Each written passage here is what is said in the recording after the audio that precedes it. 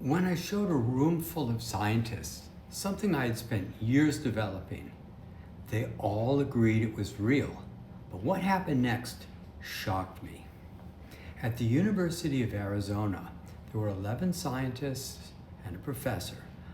There were medical researchers, postdocs, and they watched as I demonstrated something that, according to everything they knew, was impossible. I did it 6 times with 4 of the postdocs taking careful measurements. And by the end, the 4 turned to the professor and they said, "There's no doubt this is real." They were excited to study it further. They talked about their state-of-the-art MRIs, the CT scans, the ultrasound, and equipment I hadn't heard of.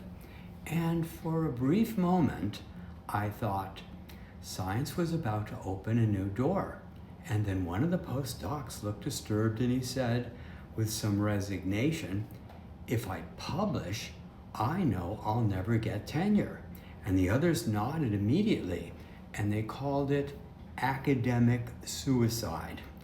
The head professor, he finally spoke and he said that my discoveries reminded him of Ignaz Semmelweis, Gregor Mendel, James Lind, William Harvey, Galileo, Giordano Bruno, scientists whose work couldn't be accepted in their own time.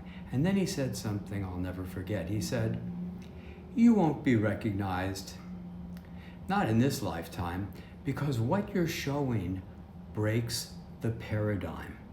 That was the moment I suddenly realized the evidence wasn't the problem, the paradigm was.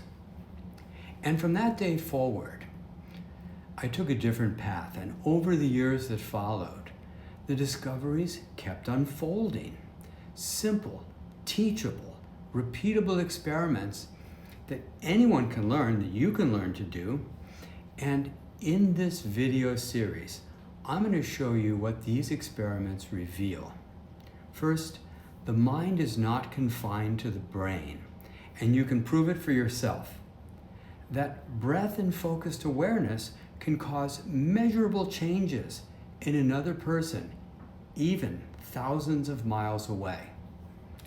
That matter and consciousness can visibly and empirically interact, and that there's a way to restore the syntropy, life's natural drive toward order and vitality, as well as coherence. And it appears to hold the key to reversing aging. The field of energy healing has been aggressively ignored, not because it doesn't work, but because science can't yet explain why it works. The old model says, if you can't explain the mechanism, ignore the results.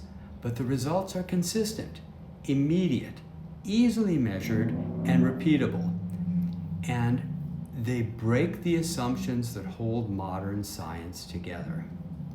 So I'm inviting you to test this for yourself. Don't take my word for it, challenge me. Watch the next episode and see what happens when a simple discovery can forever alter our assumptions about physics, medicine, psychology, and philosophy. I'm Richard Gordon.